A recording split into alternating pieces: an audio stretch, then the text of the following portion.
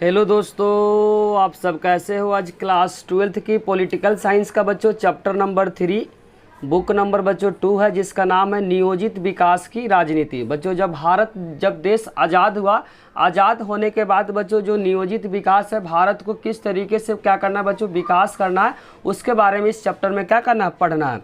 तो पहला क्वेश्चन बच्चों जो इंपॉर्टेंट क्वेश्चन है, भारत के विकास में लोगों का क्या तर्क था। तर्क का मतलब विचार होता है। जब भारत बच्चों जब आज़ाद हुआ तो भारत के विकास के लिए बच्चों लोगों का क्या क्या तर्क है, उस तर्क के बारे में इस क्वेश्चन में पूछा जा रहा है। आंसर को आपको ध्यान से समझना है। भारत के आज़ाद होने के बाद जब भी बच्चों विकास की बात आती थी तो लोग पश्चिम की हवाला देते थे, बोलते थे बच्चों। पश्चिम का मतलब है आप अमेरिका के बारे में बोलते थे। अमेरिका ने किसको अपनाया था बच्चों, पूंजीवाद या उदारवाद को मानते थे। तो भारत बच्चों जब आज़ाद हुआ तो आज़ाद होने के बाद लोगों से जब पूछा गया तो लोग सिर्फ यही बोलते थे बच्चों, पश्चिमी जो देश है उस तरीके से क्या करना, अपना आर्थिक विकास करने की बात कही। तो वही बात यहाँ पे लिखना चाह रहा, भारत के आज़ाद होने के बाद जब भी बच्चों विकास की बात आती है तो लोग पश्चिम का मतलब अमेरिका की हवाला देते हैं। हवाला मतलब उसकी बातें करते हैं। विकास का मतलब है, तो विकास का जो मतलब है ज़्यादा से ज़्यादा आधुनिक होना। आगे लाइन बच्चों ध्यान समझना है। विकास का मतलब है ज़्यादा से ज़्यादा आधुनिक होना। आधुनिक का मतलब बच्चों मॉडर्न होता है। विकास का जो मतलब होता है बच्चों ज़्यादा से ज़्यादा आधुनिक। आधुनिक का मतलब आपको ध्यान रखना बच्चों मॉडर्न होता है। आधुनिक का मतलब क्या होता है, मॉडर्न होना होता है। तो वही बोलना चाह रहा है, विकास का मतलब है ज़्यादा से ज़्यादा आधुनिक होना, और आधुनिक होने का मतलब है पश्चिमी औद्योगिक देशों को तरह होना। पश्चिमी मतलब बच्चों अमेरिका के यहाँ पे बात चल रहा है। विकास का मतलब है ज़्यादा से ज़्यादा आधुनिक। आधुनिक का मतलब मॉडर्न होना, और आधुनिक होने का जो मतलब बच्चों पश्चिमी औद्योगिक। औद्योगिक का मतलब इंडस्ट्री जैसे देशों का तरह होना ही क्या कहलाता है बच्चों, विकास का मतलब कहलाता है। आगे लिखा हुआ, आर्थिक विकास और सामाजिक आर्थिक न्याय को केवल व्यवसाय उद्योगपति और किसानों के भरोसे को नहीं छोड़ सकते हैं। बोलना जो आर्थिक जो विकास है और सामाजिक जो आर्थिक विकास, सामाजिक आर्थिक न्याय केवल व्यवसाय और उद्योगपति और किसानों के भरोसे पे नहीं छोड़ सकते। बोलना चाह रहा आर्थिक विकास है बच्चों जो सामाजिक आर्थिक न्याय केवल व्यवसाय, उद्योगपति और किसानों के भरोसे पे नहीं छोड़ सकते हैं। क्वेश्चन नंबर 2 में बच्चों लिखा हुआ, आज़ादी के बाद भारत के विकास के मॉडल। जब देश आज़ाद हो गया तो आज़ाद होने के बाद भारत के जो विकास के मॉडल के बारे में इसमें बताना चाह रहा है कि आज़ाद जब बच्चों भारत हो गया तो भारत के विकास के लिए किस मॉडल को अपनाया गया, इस क्वेश्चन में पूछा जा रहा है। तो भारत के सामने बच्चों दो तरह का मॉडल थे। भारत के सामने बच्चों दो तरह के मॉडल थे। एक का नाम था बच्चों पूंजीवाद, दूसरे का नाम था समाजवाद। तो वही बोलना चाह रहा, भारत के सामने बच्चों दो तरह का मॉडल थे। पहला था उदारवादी या पूंजीवादी। पहला क्या था बच्चों, उदारवादी या पूंजीवादी मॉडल था। दूसरे का नाम था समाजवादी मॉडल, या इसको बोल सकते हैं बच्चों साम्यवादी मॉडल। क्या बोल सकते हैं, साम्यवादी मॉडल। साम्यवादी मॉडल बोलना चाह रहा, जब देश आज़ाद हो गया बच्चों, भारत जब देश आज़ाद हो गया तो आज़ाद होने के बाद भारत के सामने दो तरह के मॉडल थे। पहले का नाम था उदारवादी या पूंजीवादी। पहले का नाम था या तो उदारवादी या बोल सकते हैं, या तो पूंजीवादी बोल सकते हैं। दूसरे में क्या था बच्चों, समाजवादी या साम्यवादी मॉडल भारत के सामने था। भारत ने इनको मिलाकर एक नया तीसरा मॉडल को अपनाया। भारत ने इन दोनों को मिलाकर एक तीसरा मॉडल अपनाया जिसका नाम था बच्चों मिश्रित अर्थव्यवस्था। बहुत इंपॉर्टेंट लाइन है, अगर आपसे पेपर में पूछा जाता है कि भारत ने आज़ाद होने के बाद किस आर्थिक मॉडल को अपनाया बच्चों, तो मिश्रित अर्थव्यवस्था को भारत ने अपनाया था। तो वही बोलना चाह रहा, भारत ने इनको मिलाकर एक तीसरा मॉडल अपनाया जिसका नाम था मिश्रित अर्थव्यवस्था रखा गया, और जिसमें सार्वजनिक और निजी क्षेत्र दोनों के गुण का मिश्रण है। बोलना चाह रहा बच्चों जो मिश्रित जो अर्थव्यवस्था है उसमें सार्वजनिक का भी गुण प्रेजेंट है, साथ साथ बच्चों निजी क्षेत्र दोनों के गुणों का जो मिश्रण है उसी को बोला गया बच्चों मिश्रित अर्थव्यवस्था। मिश्रित का मतलब हुआ कि समाजवादी तथा पूंजीवादी दोनों का गुण इसके अंदर क्या बच्चों मर्ज है। तो आपको ध्यान रखना, मिश्रित अर्थव्यवस्था उस अर्थव्यवस्था को कहते हैं जिसमें सार्वजनिक के साथ साथ बच्चों निजी जो क्षेत्र होता है दोनों के गुण का जो मिश्रण होता है उसी को बोला जाता है बच्चों मिश्रित अर्थव्यवस्था। क्वेश्चन नंबर 3 में पूछा गया है, उदारवादी तथा पूंजीवादी मॉडल क्या था। उदारवादी तथा पूंजीवादी मॉडल क्या था बच्चों, बहुत इंपॉर्टेंट क्वेश्चन है। पेपर में आपसे पूछा जाएगा उदारवादी या पूंजीवादी मॉडल क्या है। यूएसए और यूरोप के लगभग सभी जगह में यही मॉडल को अपनाया गया था। बोलना चाह रहा यूएसए का मतलब है अमेरिका के बारे में बोलना चाह रहा बच्चों। यूएसए तथा यूरोप के लगभग सभी जगह मतलब सभी देश में यह मॉडल को अपनाया गया। कौन सा मॉडल बच्चों? उदारवादी या पूंजीवादी मॉडल को अपनाया गया। और इसका जो नियंत्रण है निजी क्षेत्र, निजी का मतलब आपको ध्यान रखना प्राइवेट सेक्टर का बात हो रहा है। इसका प्राइवेट सेक्टर, निजी का मतलब होता है बच्चों प्राइवेट सेक्टर। इसका जो नियंत्रण का मतलब कंट्रोल जो था निजी क्षेत्र यानी खुद के पास होता है। इसमें जो होता है बच्चों कंट्रोल जो होता है, नियंत्रण का मतलब आपको ध्यान रखना कंट्रोल होता है। नियंत्रण का मतलब क्या होता है? कंट्रोल जो होता है वह होता है बच्चों निजी क्षेत्र। निजी का मतलब प्राइवेट सेक्टर के या खुद के पास क्या होता है? कंट्रोल होता है।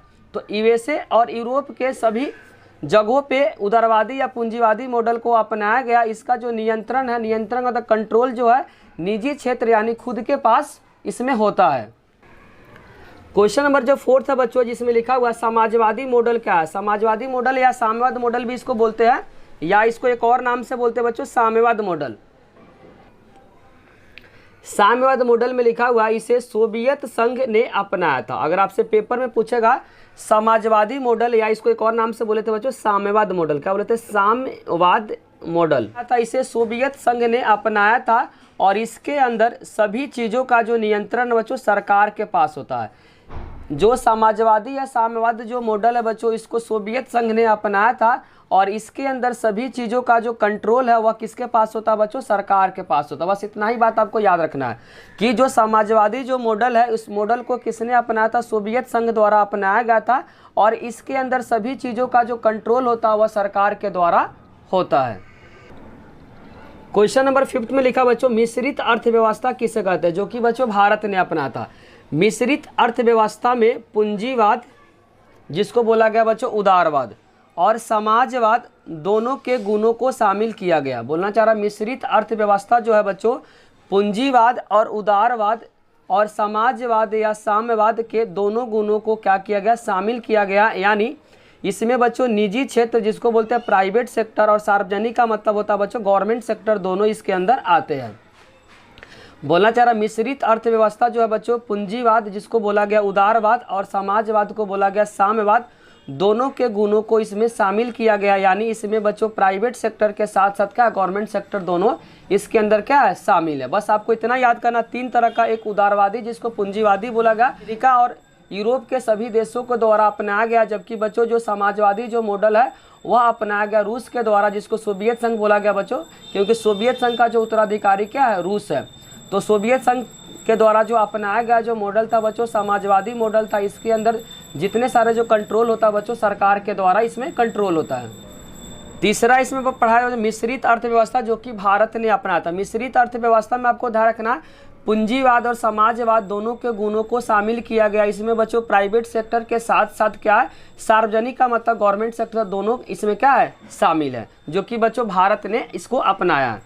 क्वेश्चन नंबर 6 में बच्चों गिवन है आज़ादी के बाद भारत के विकास मॉडल के सहमति का क्षेत्र। कि बच्चों आज़ाद जब देश हो गया, आज़ाद होने के बाद भारत के विकास के मॉडल में जो सहमति का जो क्षेत्र है इसके बारे में क्वेश्चन पूछा जा रहा है। आज़ादी के बाद भारत के विकास के मॉडल में सहमति के क्षेत्र के बारे में इसमें क्वेश्चन पूछा जा रहा है। नेताओं में एक बात पक्का हो गया, पक्का मतलब श्योर हो सके, क्या बोलेंगे बच्चों? श्योर। नेताओं में एक बात श्योर हो गया कि आज़ाद भारत की सरकार जो करेगी बच्चों आर्थिक विकास अंग्रेजी हुकूमत की तरह नहीं करेगी। नेताओं में बच्चों एक बात तो श्योर पक्का निकल के आ गया कि आज़ाद जब भारत हो गया, आज़ाद होने के बाद जो आर्थिक विकास जो भारत करेगा, जिस तरीके से अंग्रेजी सरकार आर्थिक विकास कर रही थी उस तरीके से बच्चों आर्थिक विकास भारत की सरकार नहीं करेगी। यह बात बच्चों सभी नेताओं में श्योर हो गया था।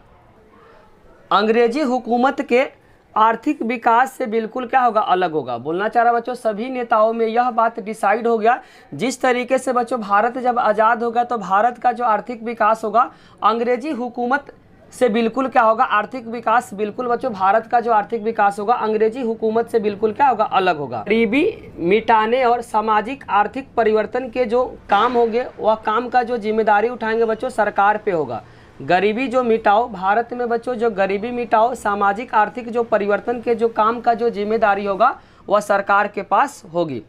कृषि का जो विकास करना और गरीबों को दूर करना सबसे ज़्यादा जरूरी है। सरकार का बच्चों सबसे ज़्यादा जो जिम्मेदारी होगी वह कृषि को किस तरीके से क्या करना, विकास करना, और गरीबी को किस तरीके से दूर करना, सभी जो जिम्मेदारी बहुत ज़्यादा क्या सरकार के पास ज़्यादा होगी। वहीं बोलना चाह रहा कृषि का जो विकास करना, गरीबी को किस तरीके से दूर करना, यह सबसे ज़्यादा क्या होगा, सरकार को क्या होगा बच्चों, जरूरी होगा। क्वेश्चन नंबर 7 बच्चों पेपर के पॉइंट ऑफ व्यू से बहुत इंपॉर्टेंट है। इस क्वेश्चन को क्या करें, इंपॉर्टेंट मार्क करें। क्वेश्चन में गिवन है वामपंथ विचारधारा किसे कहते हैं। जो वामपंथ बच्चों जो विचारधारा उसके बारे में पढ़ना है, तो ध्यान से इसको आंसर को समझना है क्योंकि बहुत इंपॉर्टेंट है। जो लोग बच्चों गरीब और पिछड़े सामाजिक समूह की तरफदारी करता है, बस आपको इतना ध्यान रखना बच्चों, जो भी वामपंथी विचारधारा के जो लोग होते हैं वे लोग क्या करते हैं, गरीब और सामाजिक समूह, गरीब और जो पिछड़े होते हैं बच्चों, गरीब और पिछड़े सामाजिक समूह की क्या करती है, तरफदारी करते हैं। जो भी बच्चों वामपंथी विचारधारा के जो लोग होते हैं गरीब और समाज में जो भी बच्चों पिछड़े जो जाति या समूह होते हैं उसको तरफदारी करते हैं, उनको फ़ायदा पहुंचाने के लिए सरकारी नीतियों का क्या करता, समर्थन करता। बोलना चाहता कि इस तरीके के आप सरकारी कोई नीतियाँ बनाए जिसमें से गरीब और जो पिछड़े जो जाति है बच्चों उसको क्या हो, फ़ायदा हो। तो जो लोग गरीब और पिछड़े सामाजिक समूह की तरफदारी करता, उनके फ़ायदा पहुंचाने के लिए सरकारी नीतियों को समर्थन करने के लिए क्या करता, प्रयास करता है, और समाज को बदल कर उसमें ज़्यादा से ज़्यादा आर्थिक और जातीय समानता लाना चाहता। जो भी बच्चों समाज में जो समानता नहीं है, समानता को क्या करता है, लाना चाहता वामपंथी विचारधारा के लोग। तो वहीं बोलना चाह रहा समाज को बदल कर। पहले बच्चों समाज में क्या होता, जाति पाति को देखा जाता, ऊंच नीच को देखा जाता था, लेकिन वामपंथी विचारधारा के लोग का मानना था कि समाज को बदल कर, जो बच्चों समाज को बदल कर उसमें ज़्यादा से ज़्यादा आर्थिक तथा जातीय समानता लाना चाहिए। जातीय का मतलब पहले के समय में बच्चों जाति को लेकर बहुत भेदभाव होता था, ऊंच नीच जाति को देखा जाता था, लेकिन वामपंथी विचारधारा के लोग बोलना चाहते हैं कि पहले के समाज जो है बच्चों, समाज को बदलकर ज़्यादा से ज़्यादा आर्थिक विकास होता था, जातीय समानता वो लोग लाना चाहते हैं। कौन बच्चों, वामपंथी विचारधारा के लोग। वामपंथी विचारधारा जब भी आपके पेपर में आता, आपको ध्यान रखना बच्चों, जो भी इंसान बच्चों जो पिछड़े जाति तथा गरीबों के हितों के बारे में सोचते हैं, ऐसा कोई भी सरकार नीति लेकर आए जिसके कारण से गरीब और पिछड़े जाति को फ़ायदा हो, ये लोग बेसिकली क्या करते हैं बच्चों, वामपंथी विचारधारा के लोग ऐसी नीतियों को क्या करते हैं, समर्थन करते हैं। और बोलना चाहता है कि बच्चों जब भी समाज में क्या होता है, जाति पाति को ऊंच नीच को देखा जाता है उसको बदल कर, और समाज में क्या हो बच्चों, ज़्यादा से ज़्यादा क्या हो, आर्थिक और तथा जातीय समानता को लाना चाहता है। वामपंथी जनता के हक के लिए वकालत करने का दावा करता। जो वामपंथी जो विचारधारा के जो लोग हैं बच्चों, जनता के हक, जो भी जनता का जो हक है उस हक के लिए वकालत करने का क्या करता है, दावा करता है। तो इतने सारे पॉइंट आपको क्या करना बच्चों, वामपंथी विचारधारा के बारे में याद करना। वामपंथी विचारधारा बच्चों वह लोग होता है जो गरीब और पिछड़े जाति के तरफदारी करता तथा सरकार के ऐसे नीतियाँ बनाने के लिए मजबूर करता जो गरीब और पिछड़ी जातियों को क्या हो, फ़ायदा हो, और समाज को बदलना चाहते हैं, ज़्यादा से ज़्यादा आर्थिक तथा जातीय समानता लाना चाहते हैं। वामपंथी विचारधारा जो भी गरीब का जो हक है उसको वकालत करने का क्या करता, दावा करता। इतने सारे पॉइंट बच्चों वामपंथी विचारधारा के बारे में आपको याद रखना है। अब हम लोग पढ़ेंगे बच्चों क्वेश्चन नंबर 8। ये भी क्वेश्चन बच्चों पेपर के पॉइंट ऑफ व्यू से बहुत इंपॉर्टेंट है। क्वेश्चन है दक्षिण पंथ के विचारधारा के बारे में पढ़ना। उस वाले में जो क्वेश्चन नंबर 7 में जो पढ़ाए थे बच्चों वामपंथी विचारधारा के बारे में, अब हम लोग पढ़ेंगे दक्षिणी पंथ के जो विचारधारा उनका क्या मानना है। वह लोग बच्चों यह मानते हैं कि खुली प्रतिस्पर्धा हो, खुली मतलब ओपन बच्चों क्या हो, कंपटीशन हो, और मुक्त बाजार के जरिए ही तरक्की कर सकता। मुक्त जो व्यापार है बच्चों उसी के जरिए क्या कर सकता, देश विकास करता है, यानी बिना किसी कारण का सरकार कोई काम में क्या करे, हस्तक्षेप न करे। दक्षिण पंथ के लोग यह बोलना चाहते हैं बच्चों खुली प्रतिस्पर्धा, खुली का मतलब ओपन कंपटीशन हो, जिसके कारण से कोई भी लोग कोई भी काम को क्या कर सकता है, अपने हिसाब से क्या कर सकता है, चुन सकता है, और सरकार को बच्चों किसी भी प्रकार का इसमें हस्तक्षेप नहीं करना चाहिए। तो वही बात बोलना चाह रहा, वह लोग जो यह मानते हैं कि खुली प्रतिस्पर्धा और मुक्त बाजार, मुक्त का बाजार का मतलब दूसरा देश का लोग क्या कर, देश के लोग आकर क्या कर सकता है, व्यापार कर सकता है। तो वहीं बोलना चाह रहा मुक्त बाजार के जरिए ही क्या कर सकता है, देश तरक्की कर सकता है, यानी बिना किसी कारण का बच्चों सरकार को कोई भी हस्तक्षेप न हो, दक्षिणी पंथ पूंजीपतियों का क्या करता है बच्चों, दक्षिण पंथ के जो लोग होते हैं, दक्षिण पंथ क्या करते हैं, पूंजीपतियों के हित को ध्यान में रखकर यह काम करता। बोलना चाह रहा बच्चों, जो दक्षिण पंथ के जो लोग हैं वह बोलते हैं बच्चों जो पूंजीपतियों के हित को ध्यान में रखकर क्या करते हैं, काम करता है। अगर बच्चों आपसे पेपर में डिफरेंस पूछेगा तो डिफरेंस में आपको इसको लिखना है, पॉइंट में आपको क्या करना है, डिफरेंस में लिखना है। क्वेश्चन नंबर 9 में लिखा गया वामपंथी विचारधारा और दक्षिणी पंथ विचारधारा में क्या अंतर है। ये भी क्वेश्चन बच्चों पेपर के लिए बहुत इंपॉर्टेंट है। तो पॉइंट में आपको बताएंगे बच्चों वामपंथी विचारधारा के बारे में, उसके बारे में बताएंगे बच्चों दक्षिणी पंथ विचारधारा के बारे में।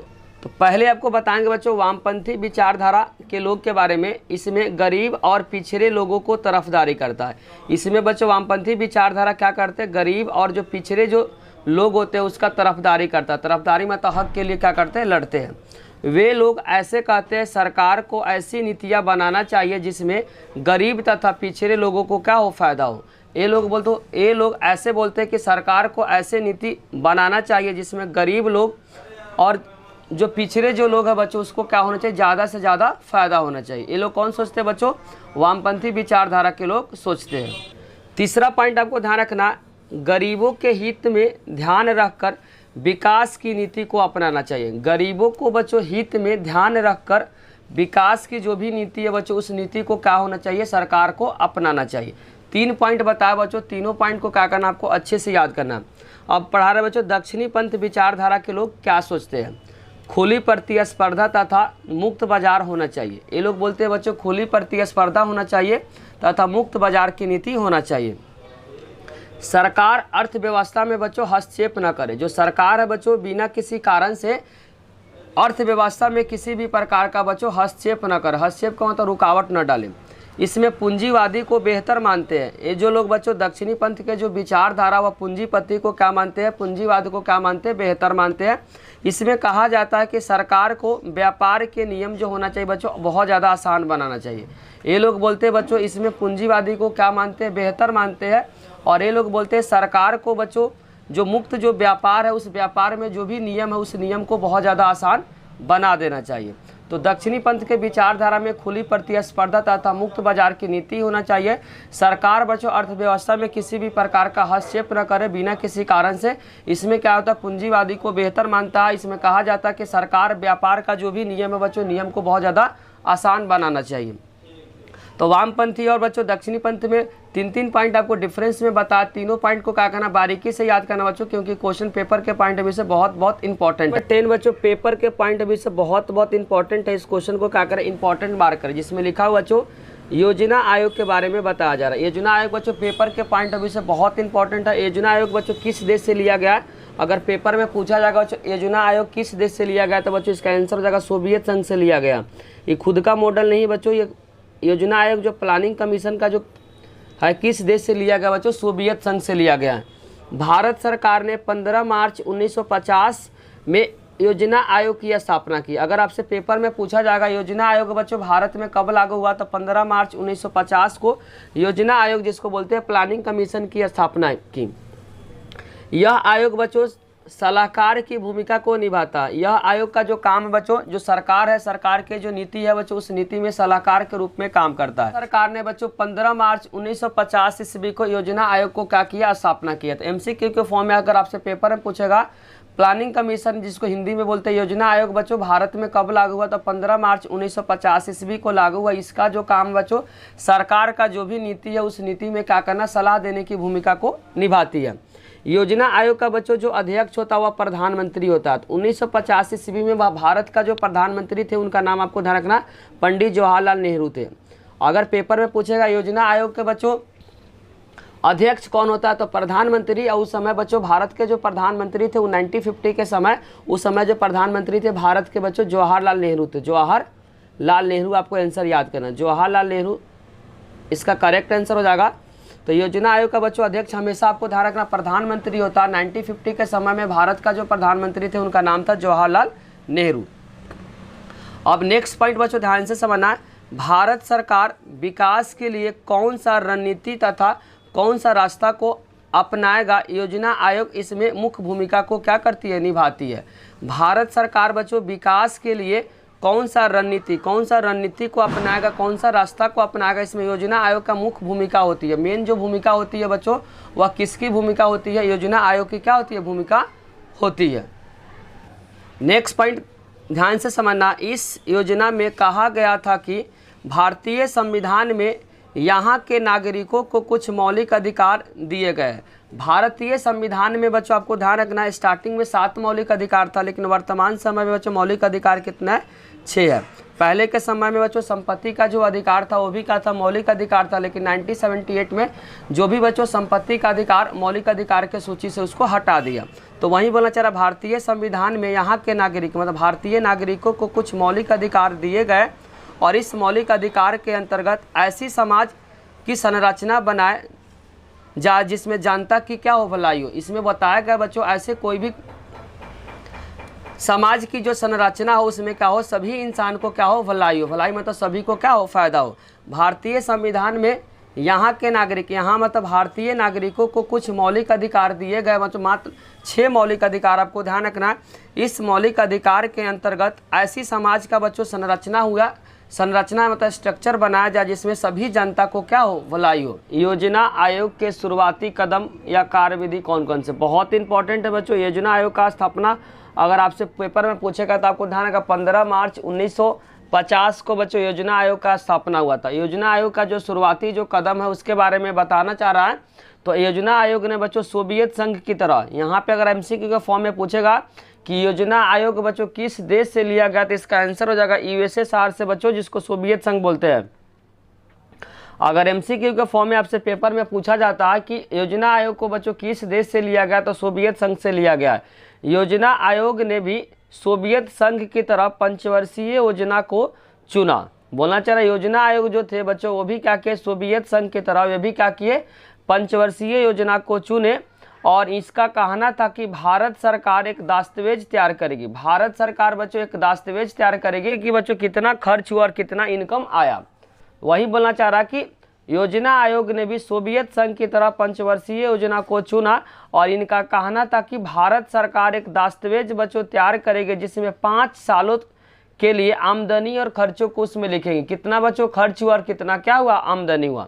तो योजना आयोग ने एक सोवियत संघ की तरह बच्चों पंचवर्षीय योजना चुना। इनका कहना था कि भारत सरकार एक दस्तावेज तैयार करेगी जिसमें 5 सालों के लिए आमदनी और खर्चों को उस दस्तावेज में लिखेगी। आमदनी और खर्चा की क्या करेगी बच्चों, योजना होगी, मतलब उसमें कितना खर्चा हुआ कितना आमदनी हुआ उसके बारे में उस दस्तावेज पे लिखा जाएगा।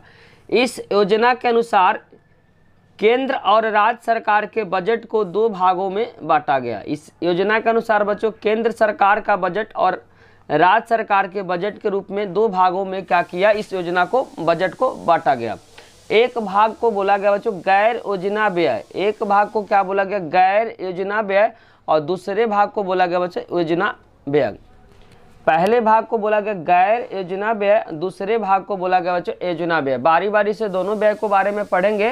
पहला इसमें पढ़ेंगे बच्चों गैर योजना व्यय, जिसको साल के आधार पर उसको दिखा जाएगा। तो पहले पढ़ेंगे गैर योजना व्यय जो साल के आधार पर बनाया जाता है। गैर योजनागत व्यय सरकार द्वारा गैर उत्पादक क्षेत्र जैसे वेतन हो गया बच्चों, सब्सिडी हो गया, ऋण हो गया, ब्याज हो गया, पेंशन हो गया, राज्यों और केंद्र प्रशासित प्रदेशों की सरकारों को वैधानिक हस्तांतरण की खर्च की जाने वाली क्या है, राशि है। गैर में आपको ध्यान रखना क्या क्या बच्चों, सरकार द्वारा क्षेत्रों में जैसे वेतन जो देना है, सरकारी जो वेतन है, सब्सिडी जो देना है, ऋण देना है, ब्याज देना है, पेंशन, राज्य और केंद्र प्रशासित राज्यों के सरकारी वैधानिक हस्तांतरण खर्च कर जाने वाली क्या है, एक राशि है। तो गैर योजना में आपको ध्यान रखना बच्चों जो सरकार का उत्पादक क्षेत्र जहाँ पे सरकारी खर्च होता है, जैसे कि वेतन हो गया, सब्सिडी हो गया, ऋण हो गया, ब्याज हो गया, पेंशन हो गया, राज्य और केंद्र प्रशासित सरकार के वैधानिक हस्तांतरण में जो भी खर्च की जाने का वाली जो राशि है उसको बोला गया गैर योजना व्यय। दूसरा जो पढ़ना है बच्चों उसमें लिखा हुआ दूसरा भाग जो है योजना व्यय का, अच्छा जो 5 साल के अवधि में इसको बनाया जाता है। इस अवधि के बाद बनाया जाता है बच्चों, 55 साल के अवधि में इसको बनाया जाता है। इसको ध्यान से समझना। इसमें लिखा गया बच्चों पंचवर्षीय योजनाओं के अंतर्गत किए जाने वाले सभी व्यय को योजनागत व्यय कहते हैं। पंचवर्षीय योजना के अंतर्गत जितने सारे के जो व्यय होता है बच्चों, जो खर्च होता है, जो योजनागत व्यय कहलाता है। जैसे कि बिजली उत्पादन हो गया, सिंचाई हो गया, ग्रामीण विकास हो गया, सड़क पुल नहर इत्यादि के निर्माण बच्चों जो 5 साल के अंदर में इनसे चीज़ों को जो सरकार को बनाने में जितना जो खर्च होता है उसी को बोला जाता है बच्चों योजना व्यय। बेसिकली 5 साल के लिए 5 साल की अवधि में सरकार जितना सारा जो खर्च करेगी उसको एक दस्तावेज में तैयार करेगी, उसी को बोला जाता है बच्चों योजना व्यय। पंचवर्षीय योजना बच्चों, पंचवर्षीय योजना का मतलब 5 साल के अंदर में सरकार को कौन कौन से काम करनी है उसका एक लिस्ट जारी करना बच्चों, वहीं क्या कहलाता है पंचवर्षीय योजना कहलाता है। तो वहीं लिखा गया पंचवर्षीय योजना के अंतर्गत किए जाने वाले सभी व्यय, पंचवर्षीय योजना के अंतर्गत किए जाने वाले सभी खर्च को योजनागत व्यय कहते हैं। जैसे कि बिजली उत्पादन हो गया, सिंचाई हो गया, ग्रामीण विकास, सड़क पुल नहर इत्यादि का जो निर्माण है बच्चों सभी किसके अंदर आता है, वह व्यय के अंदर आता है। योजना व्यय बच्चों बेसिकली 5 साल के लिए बनाया जाता है। नेक्स्ट पॉइंट जो लिखा बच्चों 1951 में प्रथम पंचवर्षीय योजना जारी हुआ। अगर आपसे MCQ के फॉर्म में पूछा जाएगा प्रथम पंचवर्षीय योजना भारत में कब हुआ था बच्चों, 1951 में शुरुआत हुआ, 56 में क्या हुआ पहला पंचवर्षीय योजना खत्म हुआ। तो 1951 ईस्वी में प्रथम पंचवर्षीय योजना क्या हुआ, जारी हुआ। जारी का मतलब शुरुआत हुआ। दूसरा जो पंचवर्षीय योजना बच्चों 1956 ईस्वी में और 1961 में तीसरी पंचवर्षीय योजना जारी हुआ। जारी का मतलब शुरुआत हुआ। पहला पंचवर्षीय योजना बच्चों 1951 में शुरुआत हुआ, दूसरा पंचवर्षीय योजना 1956 में शुरुआत हुआ, तीसरा पंचवर्षीय योजना 1961 में शुरुआत हुआ। लेकिन बच्चों 1966 में चौथी योजना होने वाली थी। लेकिन पर में अगर पूछेगा कौन सा पंचवर्षीय योजना हुआ जिसमें मंदी पड़ गया, डिले पड़ गई, तो चौथी पंचवर्षीय योजना पहली बार डिले पड़ गई। स्टार्टिंग का बच्चों तीनों पंचवर्षीय योजना समय पे हुई थी, लेकिन चौथी पंचवर्षीय योजना बच्चों जब शुरुआत हुआ था उसमें डिले पड़ गया।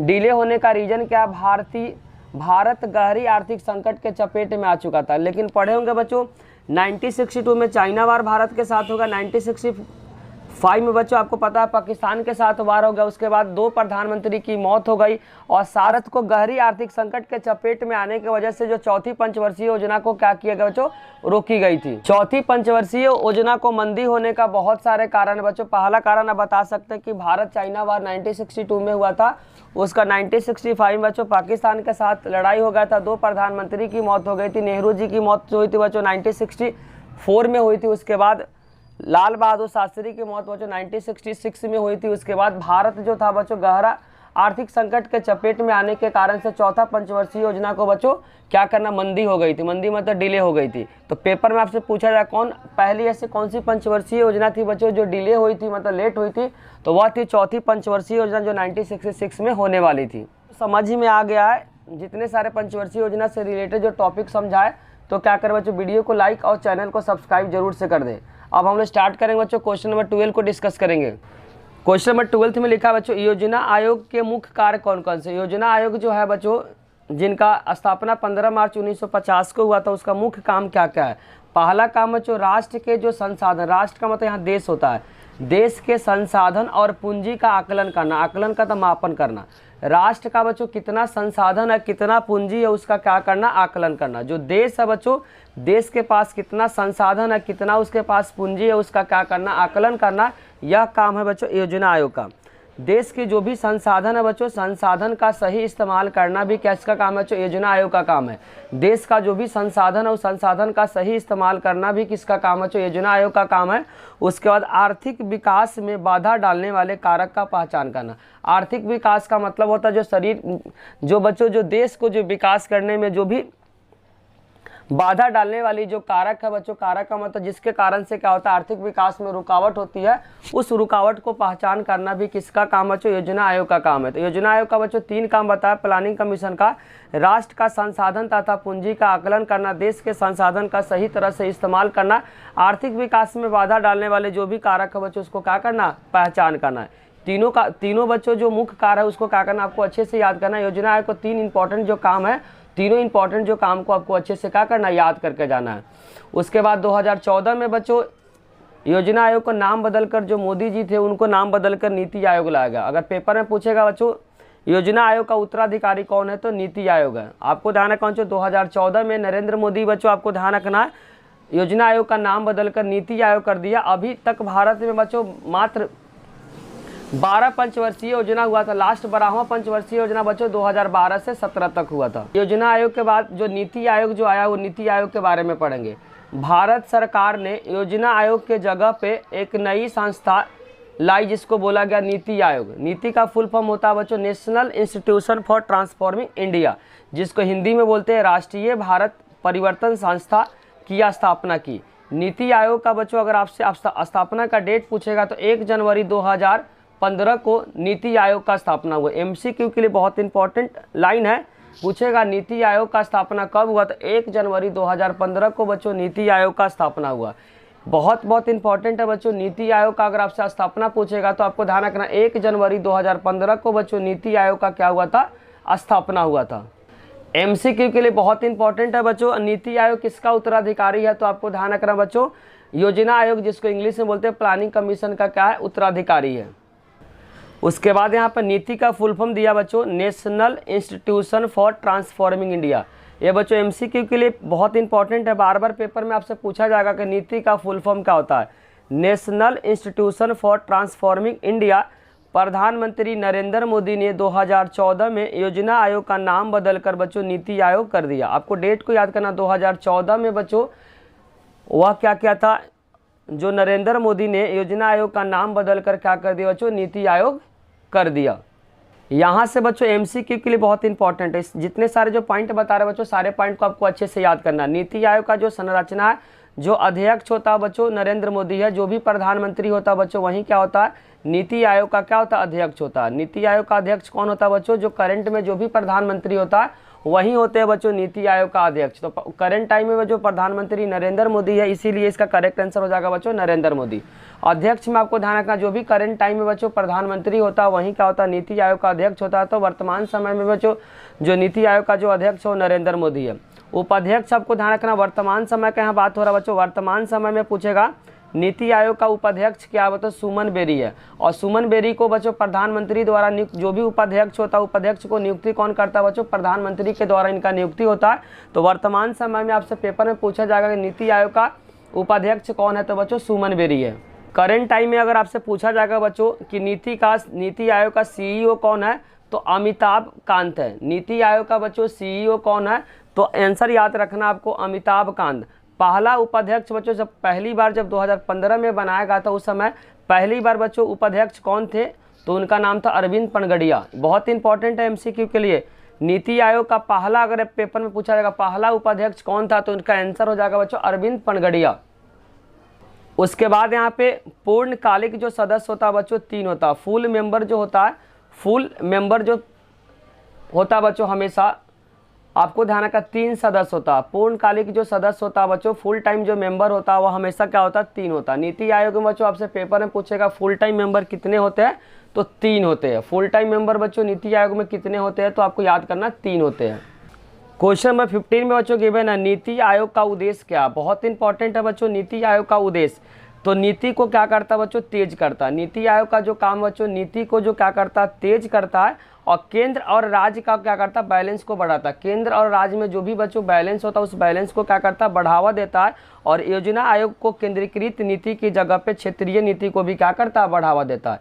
योजना आयोग बच्चों केंद्रीकृत नीति के जगह पे जो क्षेत्रीय नीति को क्या करता है, बढ़ावा देता है। और भारत में ग्रामीण स्तर पे भी योजना को बनाता है। भारत में बच्चों जो ग्रामीण है, जो लोकल गवर्नमेंट है, उस लोकल गवर्नमेंट के स्तर पर भी क्या करता है, योजना को बनाता है। और राष्ट्रीय विकास के लिए राज्यों की क्या करता है, भागीदारी को बढ़ाता है। राष्ट्रीय जो विकास है बच्चों, जो देश का जो विकास है, उस देश के विकास में राज्यों के क्या करता है, भागीदारी को निभाता है। बच्चों 16 में गिवन है बॉम्बे प्लान के बारे में पूछा जा रहा है। बहुत इंपॉर्टेंट क्वेश्चन बच्चों, इस क्वेश्चन को क्या करा पे स्टार लगाए। बॉम्बे प्लान क्या था, आंसर को बच्चों ध्यान से आपको समझना है। सन 1944 में उद्योगपतियों के एक समूह इकट्ठा हुआ और इस समूह ने देश की नियोजित अर्थव्यवस्था चलाने का एक प्रस्ताव रखा। इसी को बच्चे बॉम्बे प्लान के नाम से जाना जाता है। आपको डेट को याद करना बच्चों, डेट है सन 1944 में उद्योगपति, बड़े बड़े जो उद्योगपति थे, बड़े बड़े इंडस्ट्री के जो मालिक थे बच्चों, एक उनका क्या हुआ, समूह इकट्ठा हुआ। इस समूह ने देश को नियोजित का मतलब प्लानिंग अर्थव्यवस्था चलाने का एक प्रस्ताव रखा, इसी को बोला गया बच्चों बॉम्बे प्लानिंग। कब हुआ था? 1944 में। जितने सारे बच्चों जो उद्योगपति थे, बड़े बड़े जो इंडस्ट्री के जो मालिक थे, उनका एक ग्रुप था, एक समूह था, जिन्होंने बताया कि किस तरीके से नियोजित अर्थव्यवस्था बनाए रखे ताकि बच्चों देश का क्या हो, विकास हो। इसी को बोला गया बच्चों बॉम्बे प्लान। इसका जो मेन उद्देश्य था, इसका मेन उद्देश्य था बच्चों सरकार औद्योगिक और अन्य आर्थिक क्षेत्र में बड़े बड़े कदम उठाए।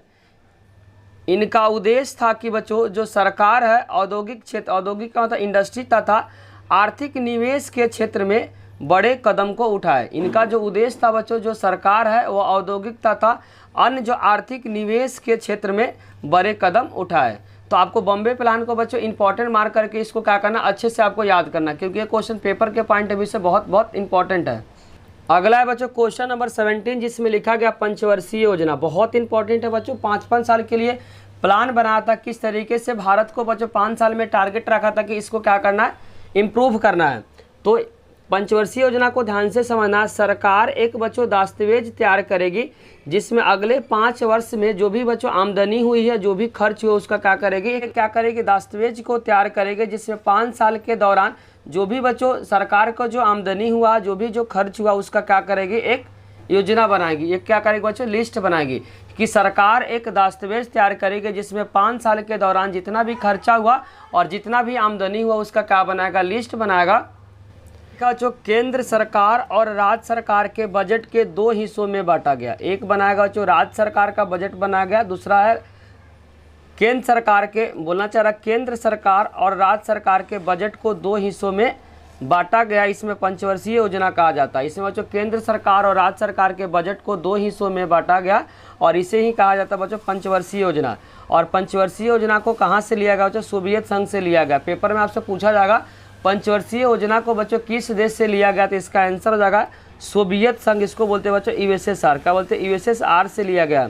अगर आपसे पेपर में पूछेगा कि बच्चों पंचवर्षीय योजना को किस देश से लिया गया बच्चों, तो आपको ध्यान रखना यूएसएसआर से, सोवियत संघ से लिया गया। क्वेश्चन नंबर 18 में लिखा बच्चों पहली पंचवर्षीय योजना के बारे में बताना। कि पहली पंचवर्षीय योजना बच्चों बहुत इंपॉर्टेंट है।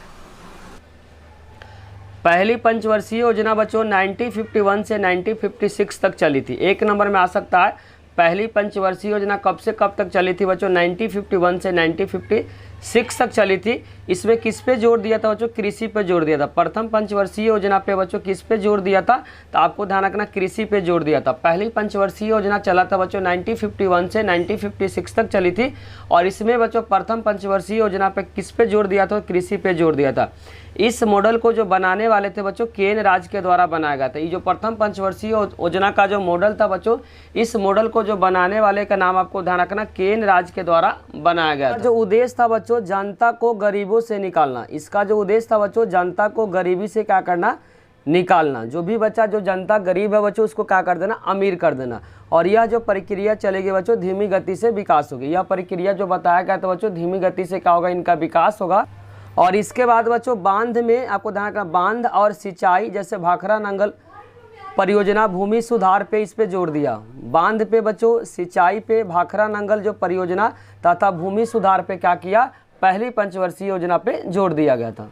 पहली पंचवर्षीय योजना के दौरान बच्चों बांध हो गया, सिंचाई, भाखड़ा नंगल परियोजना, भूमि सुधार पे क्या किया, जोर दिया गया। अब हम लोग पढ़ेंगे क्वेश्चन नंबर 19 जिसमें लिखा दूसरी पंचवर्षीय योजना के बारे में।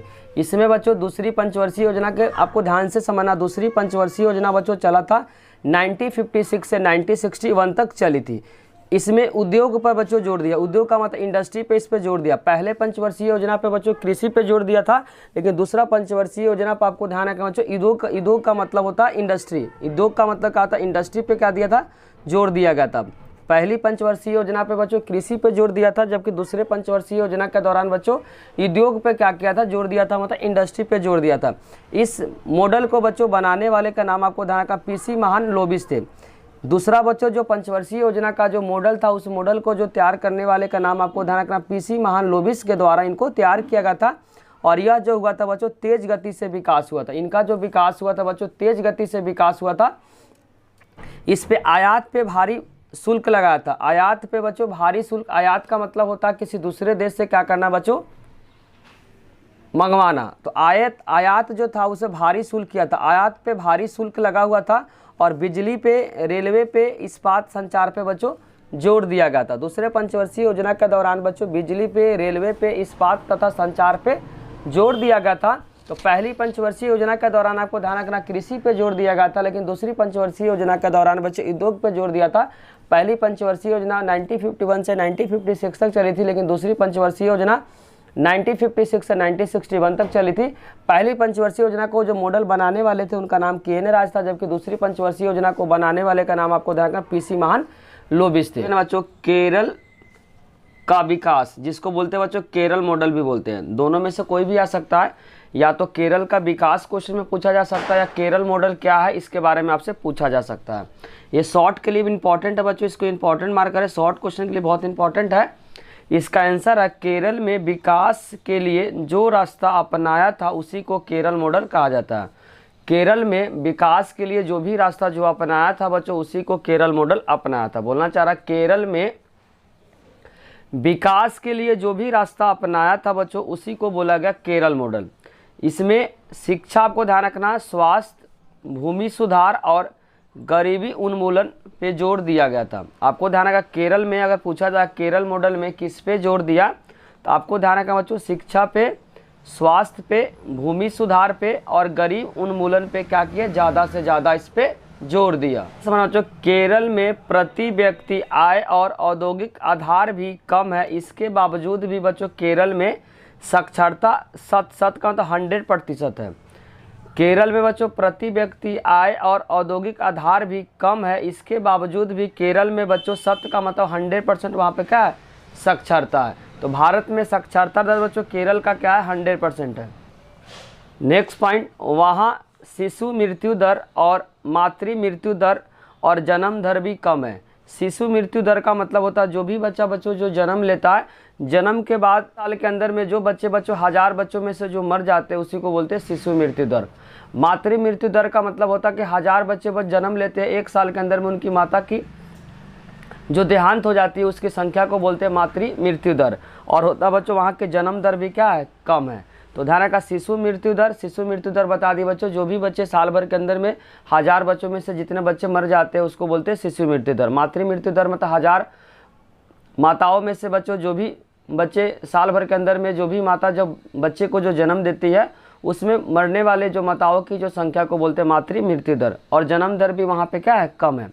वहाँ चिकित्सा सुविधा बहुत ज़्यादा अच्छा है, चिकित्सा सुविधा बहुत ज़्यादा अच्छे होने के कारण से वहाँ पे शिशु मृत्यु दर और मातृ मृत्यु दर वहाँ पे क्या है, कम है। तो इतने सारे पॉइंट आपको बच्चों केरल मॉडल में आपको क्या करना है, याद रखना है। केरल मॉडल को बच्चों एक बार समराइज कर देते हैं। केरल में विकास के लिए जो भी रास्ता जो अपनाया था उसी को केरल मॉडल कहा गया। केरल मॉडल में बच्चों जो जोर दिया गया था, शिक्षा पे जोर दिया था, स्वास्थ्य पे, भूमि सुधार उन्मूलन पे जोर दिया। अगर पूछा जाए केरल मॉडल में किस पे जोर दिया, तो शिक्षा, स्वास्थ्य, भूमि सुधार और गरीबी उन्मूलन पे जोर दिया। केरल में प्रति व्यक्ति आय और औद्योगिक आधार कम है, इसके बावजूद भी बच्चों वहाँ पे 100% का साक्षरता दर है। वहाँ शिशु मृत्यु दर, मातृ मृत्यु दर तथा जन्म दर कम है। वहाँ के चिकित्सा सुविधा क्या बहुत ज़्यादा अच्छा है। इतने सारे पॉइंट आप क्या कर सकते हैं, केरल मॉडल में लिख सकते हैं। क्वेश्चन नंबर 21 में गिवन है कृषि बनाम उद्योग का मतलब इंडस्ट्री, एग्रीकल्चर वर्सेस क्या पढ़ना है बच्चों, इंडस्ट्री का पढ़ना है। कृषि बनाम उद्योग के बारे में पढ़ना है, तो ध्यान से समझना है। कृषि और उद्योग के बीच में ज़्यादा संसाधन लगाना चाहिए। लोगों का कहना था बच्चों कृषि और उद्योग के बीच किस में ज़्यादा संसाधन लगाना चाहिए। इसके लिए जेसी कुमारप्पा ने एक खाका मतलब एक दस्तावेज प्रस्तुत किया जिसमें ज़्यादा ग्रामीण उद्योग पर लगाना चाहिए, ऐसा उन्होंने लिखे थे। तो ध्यान से समझना बच्चों, जेसी कुमारप्पा ने खाका प्रस्तुत किया मतलब एक दस्तावेज प्रस्तुत किया जिसमें ज़्यादा से ज़्यादा जो संसाधन जो उपयोग होना चाहिए बच्चों ग्रामीण उद्योग पे लगाना चाहिए। किनका का नाम था बच्चों, जेसी कुमारप्पा का। ध्यान से इस लाइन को आपको समझना है। कृषि और उद्योग के बीच किसमें ज़्यादा संसाधन लगाना चाहिए, मतलब किसमें ज़्यादा पैसा लगाना चाहिए। इसके लिए बच्चों जेसी कुमारप्पा ने खाका मतलब एक दस्तावेज प्रस्तुत किया जिसमें ज़्यादा जोर जो दिए थे बच्चों ग्रामीण उद्योग पे लगाना चाहिए। इनका कहना था कि जो ज़्यादा जो संसाधन ज़्यादा जो पैसा लगाना चाहिए वो ग्रामीण उद्योग पे लगाना चाहिए। ग्रामीण उद्योग का मतलब होगा बच्चों यहाँ पे कृषि पे लगाना चाहिए। किनका कहना था बच्चों? जेसी कुमारप्पा का ऐसा कहना था। नेक्स्ट पॉइंट बच्चों, वहीं आपको ध्यान रखना, चौधरी चरण सिंह ने कहा कि नियोजित शहरी और औद्योगिक तबल सफल हो रहे और इसकी कीमत जो है किसानों तथा ग्रामीण जनता को चुकानी पड़ी। बोलना चाह रहा, वहीं चौधरी चरण सिंह ने कहा कि नियोजित से शहरी, ध्यान रखना बच्चों, शहरी और औद्योगिक जो लोग हैं वह सफल हो रहे हैं, लेकिन इसका जो कीमत है बच्चों किसान और ग्रामीण जनता को चुकाना पड़ा। इनका कहना था, चौधरी चरण सिंह जी का कहना था कि नियोजित से बच्चों, जो नियोजित का मतलब जो प्लान जो हो रहा है वह शहरी तथा औद्योगिक तबके के लोग को सफल हो रहा है, जबकि इसका जो कीमत बच्चों किसान और ग्रामीण जनता को चुकाना पड़ रहा है। यह कहना किनका था बच्चों? चौधरी चरण सिंह का। तो दोनों स्टेटमेंट आपको याद करना बच्चों, जेसी कुमारप्पा क्या बोले थे और चौधरी चरण सिंह क्या बोले थे। जनता को बच्चों चुकानी पड़ रही है। आगे लिखा हुआ, यहाँ पे सरकार उद्योग की योजना पे निवेश करती है। निवेश का मतलब इन्वेस्टमेंट करती है। यहाँ पे बच्चों जो शहर साइड में सरकार क्या करती है? इंडस्ट्री पे क्या करती है? इन्वेस्टमेंट करती है, और कृषि पे नहीं करती है। इनका कहना था बच्चों, चौधरी चरण सिंह जी का कहना था कि सरकार जो है उद्योग मतलब इंडस्ट्री पे योजना तथा निवेश का मतलब इन्वेस्टमेंट करती है और कृषि पे नहीं। सरकार का कहना था कि औद्योगिक और शहरी तबके के पास भूमि संपन्न तथा राजनीतिक ताकत है। यह तो बात बच्चों यहाँ से यहाँ तक जो था वह चौधरी चरण सिंह का था और कृषि पे नहीं था। लेकिन सरकार का बच्चों स्टेटमेंट आप ध्यान से सुने, यहाँ तक का जो स्टेटमेंट था वह चौधरी चरण सिंह का था। चौधरी चरण सिंह ने भी बात बोले थे, यहाँ पे सरकार जो है बच्चों उद्योग की योजना मतलब इंडस्ट्री की योजना पे निवेश करती है, मतलब खर्च करती है, और कृषि पे नहीं करती है। इसके बाद बच्चों जो सरकार का स्टेटमेंट आपको ध्यान से समझना है कि सरकार क्या बोले थे। सरकार का कहना था कि जो औद्योगिक और शहरी तबके के पास बच्चों बहुत ज़्यादा क्या भूमि संपन्न तथा राजनीतिक ताकत है, वहीं ग्रामीण लोगों के पास गरीबी और लोगों के बोलते थे कि अगर कृषि पर भी निवेश मतलब इन्वेस्टमेंट अगर कर दिया जाए फिर भी यह लोग गरीबी से बाहर नहीं निकल पाएंगे। सरकार ऐसा बोलते थे कि जो औद्योगिक है, ध्यान से लाइन को समझना बच्चों, सरकार का कहना था कि औद्योगिक और शहरी तबके के पास भूमि मतलब भूमि ज़्यादा उनके पास और राजनीतिक ताकत भी है। जो शहरी जो लोग हैं बच्चों उनके पास भूमि संपन्न के साथ साथ का राजनीतिक ताकत है, वहीं जो ग्रामीण लोगों के पास बच्चों गरीबी है। ग्रामीण जो लोग हैं बहुत ज़्यादा क्या गरीब है। वह लोग बोलते थे कि अगर कृषि पर भी निवेश करते हैं, कृषि पर भी अगर हम खर्चा करते हैं, फिर भी यह लोग गरीबी से बाहर नहीं निकल पाते, गरीबी से बाहर नहीं निकल पाएंगे। ऐसा स्टेटमेंट किनका था बच्चों? सरकार का था। बच्चों तीनों का आपको बात ध्यान से समझना है। जेसी कुमारप्पा क्या बोले थे, चौधरी चरण सिंह क्या बोले थे, सरकार क्या बोले थे। बस तीनों बात को आपको अच्छे से क्या करना है, याद रखना है। इसमें बच्चों कृषि बनाम जो उद्योग में आपको तीन का स्टेटमेंट अच्छे से याद करना है। जेसी कुमारप्पा बच्चों क्या बोले थे, उसके बाद चौधरी चरण सिंह क्या बोले थे और सरकार क्या अपने स्टेटमेंट दिए थे। बस इतना आपको क्या करना है, याद रखना है। क्वेश्चन नंबर 22 में बच्चों गिवन है, जेसी कुमारप्पा के बारे में पढ़ना। जेसी कुमारप्पा का बच्चों जो जन्म हुआ था 1892 में और इनकी मृत्यु हुई थी 1960 में। ये अर्थशास्त्री थे। जेसी कुमारप्पा क्या थे बच्चों? अर्थशास्त्री के साथ साथ बच्चों चार्टेड अकाउंटेंट थे, जिसको बोलते सीए। क्या बोलते हैं बच्चों? शॉर्ट में सीए। तो जेसी कुमारप्पा बच्चों एक बहुत बड़े अर्थशास्त्री के साथ साथ क्या थे बच्चों? सीए थे, जिसको बोलते चार्टेड अकाउंटेंट भी थे। और इंग्लैंड, यहाँ पे ध्यान रखना, इंग्लैंड एवं अमेरिका में इन्होंने क्या किया था? शिक्षा हासिल की थी। जो जेसी कुमारप्पा बच्चों क्या थे? इंग्लैंड तथा अमेरिका में इन्होंने क्या किया था? शिक्षा हासिल किया था। और यह महात्मा गांधी के सहयोगी भी थे, मतलब सहयोग भी करते थे तथा इनके अनुयायी थे। अनुयायी का मतलब चेला होता है।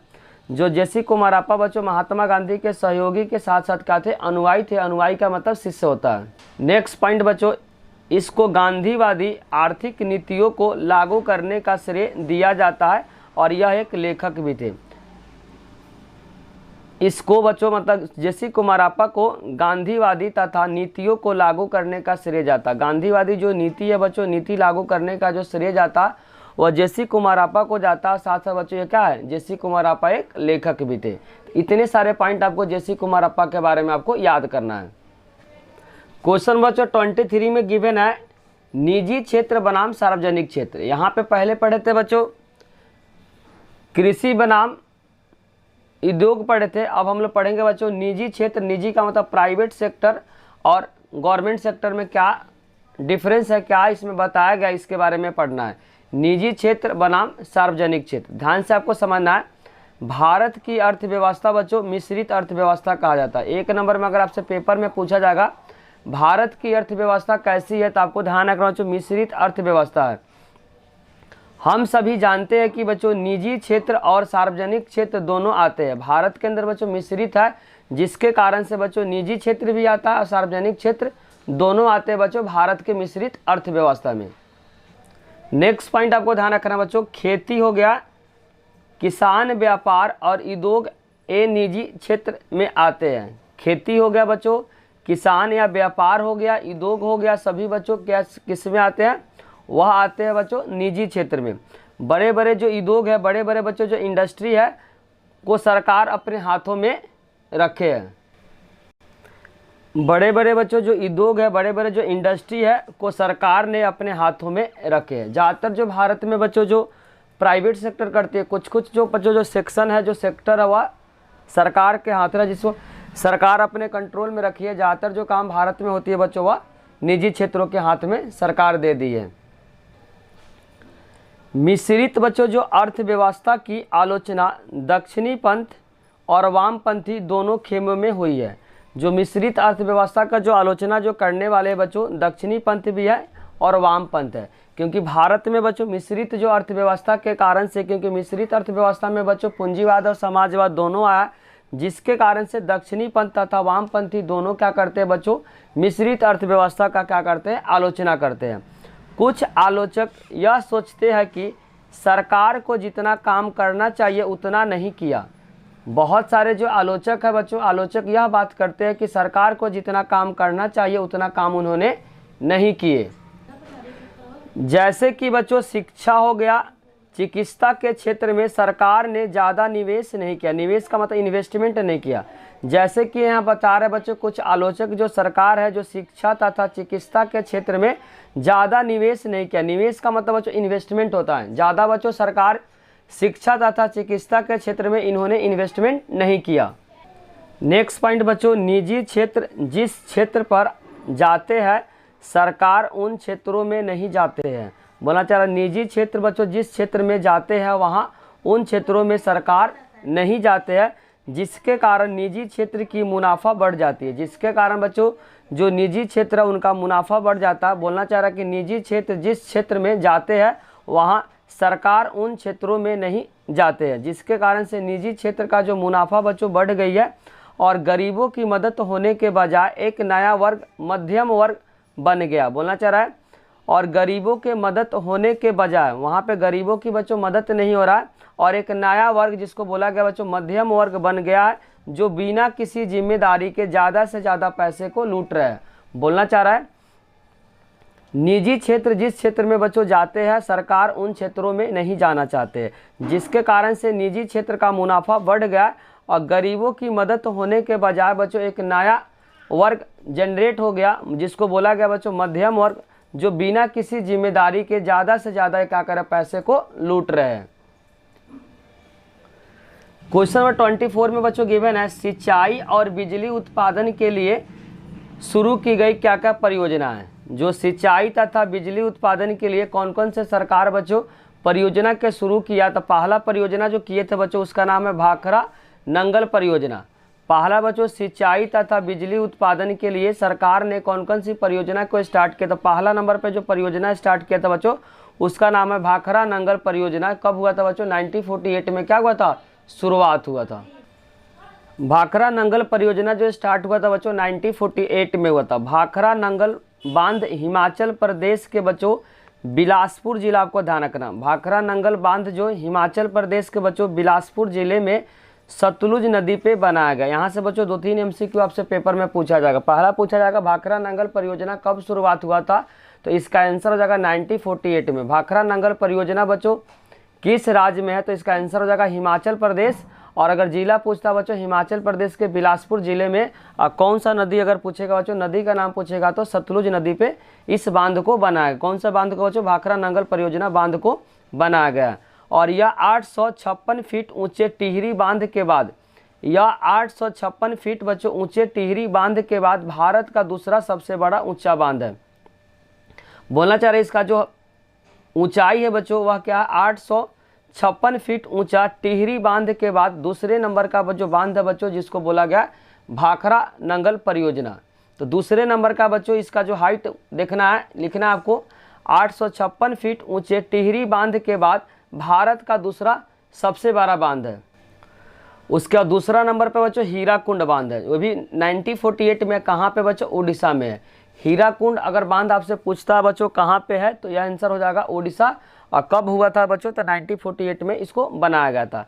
हीराकुंड बांध बच्चों भारत के उड़ीसा राज्य में संबलपुर है बच्चों, उड़ीसा राज्य के संबलपुर से लगभग 15 किलोमीटर दूर महानदी पे बनाया गया था। तो आप नदी पे को याद करना बच्चों, हीराकुंड बांध किस नदी पे बनाया गया, तो यह महानदी पे बनाया गया। हीराकुंड बांध बच्चों किस राज्य में है, तो उड़ीसा राज्य में। कब बनाया गया, तो 1948 में इसको बनाया गया था। इतना सारा पॉइंट आपको क्या करना पड़ेगा बच्चों, इसमें याद रखना पड़ेगा।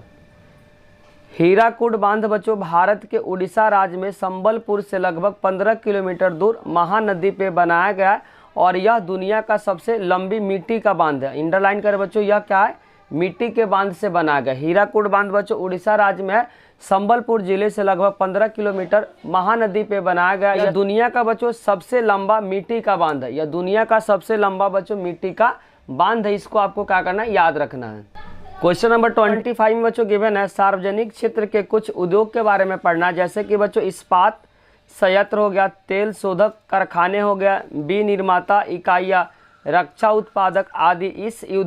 इस अवधि में बच्चों शुरुआत हुआ था। इस अवधि का मतलब 1948 के में शुरुआत हुआ था। सार्वजनिक क्षेत्र के कुछ उद्योग में आपको ध्यान रखना है, इस्पात संयंत्र जैसे हो गया बच्चों तेल शोधक कारखाने, विनिर्माता इकाइयाँ, रक्षा उत्पादक आदि। इसी अवधि में बच्चों शुरुआत हुआ था। इसी अवधि का मतलब जिस समय बच्चों सिंचाई परियोजना का शुरुआत हुआ था, उसी समय बच्चों सार्वजनिक क्षेत्र में कुछ उद्योग को भी क्या किए थे, बनाए गए थे। इसमें कुछ के बारे में बच्चों पढ़ना है, जैसे कि बच्चों इस्पात संयंत्र के बारे में पढ़ना है। तो भारत में पहला इस्पात संयंत्र बच्चों जमशेदपुर में स्थापित किया गया था। पहला बच्चों भारत में जो पहला इस्पात जो संयंत्र बच्चों जमशेदपुर में स्थापित किया था, इसकी स्थापना बच्चों जमशेद जी नसरवानजी टाटा ने 1907 में किया था। तो आपको डेट को याद करना है। इसकी स्थापना बच्चों जो जमशेद जी नसरवानजी टाटा ने 1907 ईस्वी में किया था। भारत में पहला इस्पात संयंत्र बच्चों जमशेदपुर में स्थापित किया गया था और इसकी स्थापना जमशेद जी नसरवानजी टाटा ने 1907 ईस्वी में किया था। बच्चों तो आप सब कैसे हो, आज क्लास 12th की पॉलिटिकल साइंस का बच्चों चैप्टर नंबर 3 बुक नंबर 2 जिसका नाम बच्चों नियोजित विकास की राजनीति, इसके पार्ट नंबर 5 को डिस्कस करेंगे बच्चों। पार्ट नंबर 1 से लेकर पार्ट नंबर 4 का लिंक डिस्क्रिप्शन में दे रखे। जो भी स्टूडेंट पार्ट नंबर 1 से लेकर पार्ट नंबर 4 तक नहीं देखे पहले उसे देखे। आज हम लोग स्टार्ट करेंगे बच्चों पार्ट नंबर 5 का क्वेश्चन नंबर 26 से। क्वेश्चन नंबर 26 में लिखा हुआ भूमि सुधार के बारे में बताना चाह रहा है। एक काम भी उसी अवधि में शुरू हुआ, मतलब 1960 के दशक में भी क्या हुआ, शुरू हुआ। अगर पूछेगा भूमि सुधार बच्चों भारतीय सरकार कब स्टार्ट की थी, तो भारतीय सरकार बोलना चाह रहा है एक काम भी 1960 के अवधि में क्या हुई थी, शुरू हुई थी। इसमें सबसे पहले जमींदारी जो प्रथा थी बच्चों उसको समाप्त करने का उद्देश्य था। कि जमींदारी प्रथा बच्चों जब अंग्रेज का जब समय था उस समय यहाँ पे भारत में क्या था, जमींदारी व्यवस्था था। जमींदार का काम था बच्चों किसानों से टैक्स लेकर राजा मतलब अंग्रेज को देना। तो अंग्रेज जब भारत में था बच्चों उस समय जमींदारी व्यवस्था था। जमींदारी व्यवस्था को जब भारतीय सरकार ने बाद में क्या कर दिया, समाप्त कर दिया। तो वहीं बोलना चाह रहा भूमि सुधार में यह काम भी उसी अवधि में शुरू हुआ, मतलब 1960 के दशक में शुरू हुआ। इसमें सबसे पहले बच्चों जमींदारी प्रथा को समाप्त कर दिया। जमींदारी प्रथा आपको ध्यान रखना बच्चों, जब अंग्रेज का जब भारत में क्या था, राज था, उस समय बच्चों जमींदारी व्यवस्था लागू किया था। जमींदारी व्यवस्था में जमींदार का जो काम था बच्चों किसानों से टैक्स वसूल कर राजा को मतलब अंग्रेज को देना था। समाप्त करने का उद्देश्य था। यह प्रथा बच्चों अंग्रेजी जमाने से चलती आ रही थी। जब भारत में बच्चों जब अंग्रेज था उसी समय से बच्चों जमींदारी व्यवस्था भारत में चलती आ रही थी। इस प्रथा के वजह से किसानों की ज़मीन जमींदार के हाथों में चली गई थी। जो जमींदारी प्रथा के वजह से बच्चों जो किसानों को जो ज़मीन थी वह किसके पास चली गई थी, वह जमींदारों के पास चली गई थी। जब देश आज़ाद हो गया, आज़ाद होने के बाद जो भारतीय सरकार ने जमींदारी व्यवस्था को समाप्त कर दिया। अब जमींदारों से ज़मीन भारतीय सरकार क्या कर ली, ले ली गई।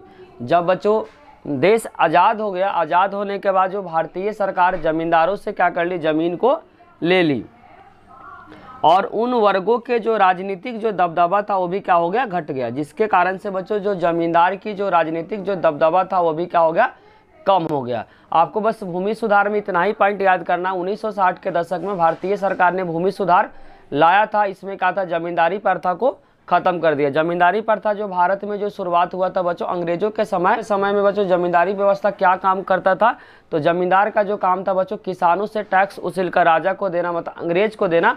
उस समय बच्चों जो किसान थे, किसान से जमीन को लेकर किसको, भारत आज़ाद हुआ तो आज़ाद होने के बाद भारतीय सरकार, आज़ाद होने के बाद बच्चों भारतीय सरकार ने जमींदारों से क्या कर ली, ज़मीन को ले ली, और उनकी जो राजनीतिक जो दबदबा था वो भी क्या हो गया, कम हो गया।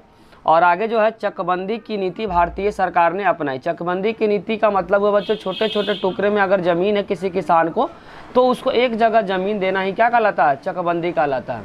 तो भारतीय जो किसान था बच्चों उसको अलग अलग जो ज़मीन था उस ज़मीन को एक जगह देना क्या कहला है, चकबंदी कहला है। तो भारतीय सरकार ने चकबंदी की नीति को क्या किया था, अपनाया था। उससे फ़ायदा होगा किसानों को बच्चों खेती करने में क्या मिलेगी, सहायता मिलेगी। क्वेश्चन नंबर जो 27 पेपर के पॉइंट ऑफ व्यू से बहुत इंपॉर्टेंट है, इस क्वेश्चन को आप इंपॉर्टेंट मार्क करें, जिसमें लिखा बच्चों खाद्य संकट। बहुत इंपॉर्टेंट टॉपिक है बच्चों, क्वेश्चन पेपर में बार बार रिपीट होता है, यहाँ से एमसीक्यू क्वेश्चन भी आपसे पेपर में पूछे जाएंगे। आंसर को बच्चों आपको ध्यान से समझना है। 1960 के दशक में कृषि की जो हालत बहुत ज़्यादा क्या हो गई थी, खराब हो गई थी। 1960 के दशक में बच्चों जो कृषि की जो हालत थी बहुत ज़्यादा खराब हो गई थी। तो यहाँ एमसीक्यू के फॉर्म में आएगा कृषि की जो हालत कब खराब हुई थी, तो 1960 के दशक में खराब हो गई थी। डेट को याद करना, 1965 से लेकर बच्चों 1967 के बीच में देश के अनेक हिस्सा में क्या पड़ गया था बच्चों, सूखा पड़ गया था, क्योंकि उस समय पे बारिश नहीं हुआ था, जिसके कारण से भारत के अनेक हिस्सों में क्या हो गया बच्चों, सूखा पड़ गया था। इसी वक्त भारत ने 2 युद्धों की सामना किया था। भारत ने 2 युद्ध, मतलब एक तो लड़ाई हुआ था बच्चों 1962 में चाइना के साथ, डेट याद करना। दूसरा जो लड़ाई हुआ था उसी समय बच्चों 1965 में पाकिस्तान के साथ। तो वही बात यहाँ बोलना चाह रहा है। इसी वक्त भारत ने 2 युद्ध का सामना किया था। एक तो बच्चों 1962 में चाइना के साथ किया था, मतलब चीन के साथ किया था, और 1965 में बच्चों पाकिस्तान के साथ किया था। इन सभी कारणों से खाद्यान्न, मतलब खाने की जो सामग्री थी कमी हो गई थी। इन सभी कारणों से बच्चों जो भारत में जो खाद्यान्न था, मतलब खाने पीने की जो सामग्री थी उसमें कमी आ गई थी। लगभग बड़े पैमाने पर देश की अकाल जैसे स्थिति उत्पन्न हो गई थी। अकाल मतलब बच्चों देश में अकाल, मतलब खाने पीने की जो सामग्री थी वह मिल नहीं पा रही थी, जिसके कारण से भारत में क्या हो गया था, अकाल की स्थिति उत्पन्न हो गई थी। तो खाद्य संकट में बच्चों आपको इतना ही पॉइंट याद करना, 1960 के दशक में कृषि की हालत बहुत ज़्यादा खराब हो गई थी। 1965 से लेकर 1967 के बीच में देश के अनेक जगह क्या पड़ गया था बच्चों, सूखा पड़ गया था। इसी वक्त भारत ने 2 युद्धों का सामना किया। लड़ाई हुआ था बच्चों 1962 में चाइना के साथ, 1965 में बच्चों पाकिस्तान के साथ। इन सभी कारणों के कारण से खाद्यान्न का मतलब खाने पीने की जो सामग्री में कमी आ गई थी, और लगभग बड़े पैमाने पर देश की अकाल जैसी स्थिति क्या हो गई थी, उत्पन्न हो गई थी। इतने सारे पॉइंट बच्चों आपको खाद्य संकट से आपको क्या करना, याद रखना। इसमें सबसे ज़्यादा जो भारत में जो दिक्कत हुआ था बच्चों, अगर पूछे कौन सा राज्य को सबसे ज़्यादा दिक्कत हुआ था, तो वह राज्य था बच्चों बिहार राज्य को सबसे ज़्यादा दिक्कत हुआ था।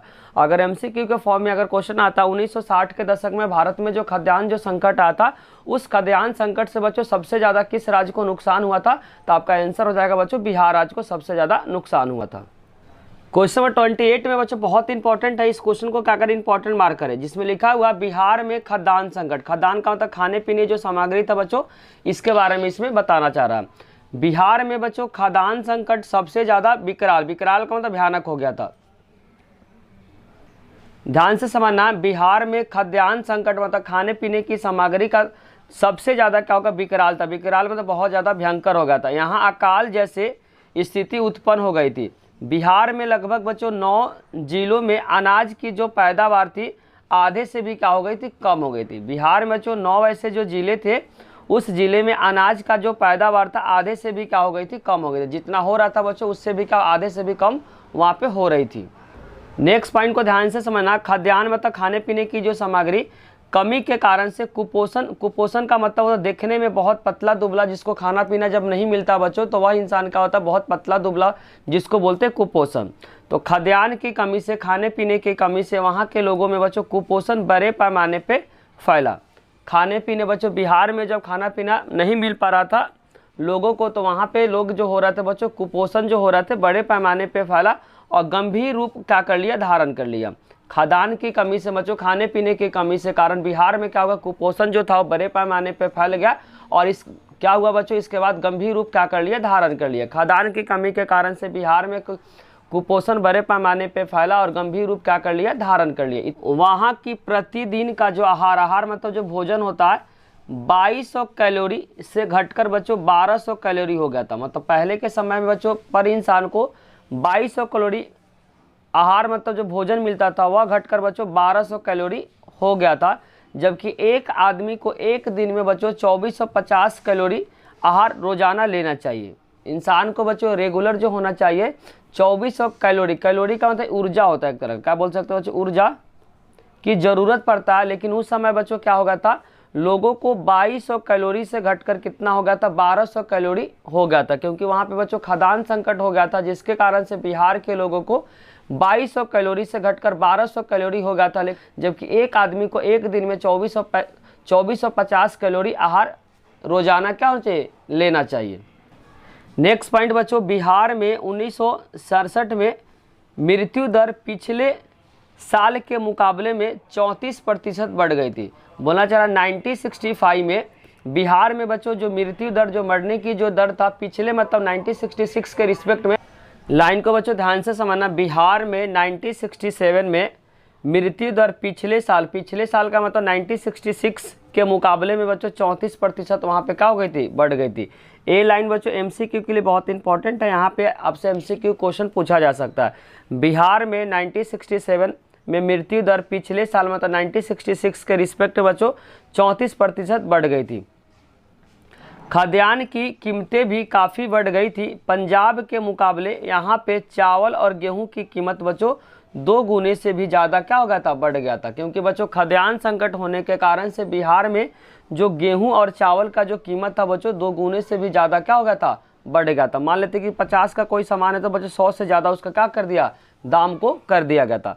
खाद्यान्न के कारण से बच्चों जो बिहार में जो कीमत को काफ़ी बढ़ा दिया पंजाब के मुकाबले, आपको ध्यान रखना चाहिए, पंजाब राज्य के मुकाबले बिहार में चावल और गेहूं की कीमत बच्चों 2 गुने से भी ज़्यादा हो गई थी। किसके वजह से बच्चों, खाद्यान्न संकट के वजह से। नेक्स्ट पॉइंट बच्चों, सरकार ने उस वक्त जोनिंग यानी इलाकेबंदी की नीति अपना रखी थी।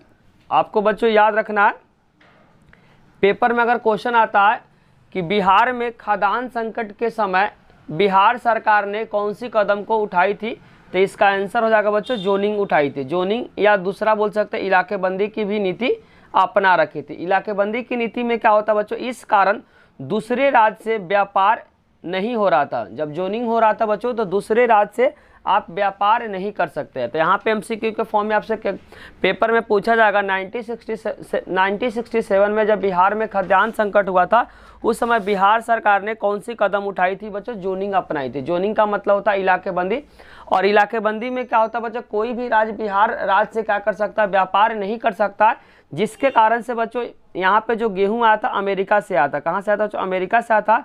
उस समय बच्चों बिहार राज्य ने क्या कर दिया था, जोनिंग अपना लिया था, इलाकेबंदी की नीति अपना लिया था, जिसके कारण से बच्चों अमेरिका से बिहार में गेहूं आया था। इस पॉइंट को भी आप क्या कर सकते हैं, याद रख सकते हैं। 1967 में बच्चों जब भारत में क्या हुआ था, खाद्यान्न संकट हुआ था, तो बिहार में बच्चों जो गेहूं आया था वह गेहूं कहां से आया था, तो आपको ध्यान रखना बच्चों अमेरिका से आया था। ये भी क्वेश्चन आपको क्या करना है, याद रखना है। अब हम लोग पढ़ेंगे बच्चों हरित क्रांति किससे कहते हैं, बहुत इंपॉर्टेंट है हरित क्रांति। सरकार ने खाद्य सुरक्षा को सुनिश्चित करने के लिए एक रणनीति अपनाई। बच्चों हरित क्रांति को जो फोर्स किए थे अमेरिका ही किया था। अगर आपसे पेपर पूछेगा बच्चों हरित क्रांति भारत सरकार खुद नहीं लाई थी, अमेरिका ने क्या की थी, नीति को भारतीय सरकार को चेंज करने के लिए बोला था, तो भारतीय सरकार ने क्या की थी, हरित क्रांति को लाई थी। सरकार ने खाद्य सुरक्षा को सुनिश्चित करने के लिए एक रणनीति अपनाई जिसके तहत उन इलाकों पे ज़्यादा संसाधन लगाने का फैसला किया। सरकार ने क्या किया था बच्चों, उन इलाकों पे संसाधन मतलब पैसा ज़्यादा खर्च किया जहाँ पे सिंचाई सुविधा क्या थी, मौजूद थी। लेकिन ध्यान रखना बच्चों, जब भारत ने अमेरिका से गेहूं जब अपनाया तो अमेरिकी सरकार ने भारतीय सरकार को क्या किया, हरित क्रांति लाने के लिए प्रेरित किया। तो वही बोलना चाह रहा, सरकार ने खाद्य सुरक्षा को सुनिश्चित करने के लिए, खाद्य सुरक्षा को मतलब खाने पीने की सामग्री को सुनिश्चित करने के लिए एक रणनीति को अपनाई, जिसके तहत उन इलाकों पे ज़्यादा संसाधन का मतलब पैसा खर्च किया जहाँ पे सिंचाई सुविधा क्या थी, मौजूद थी।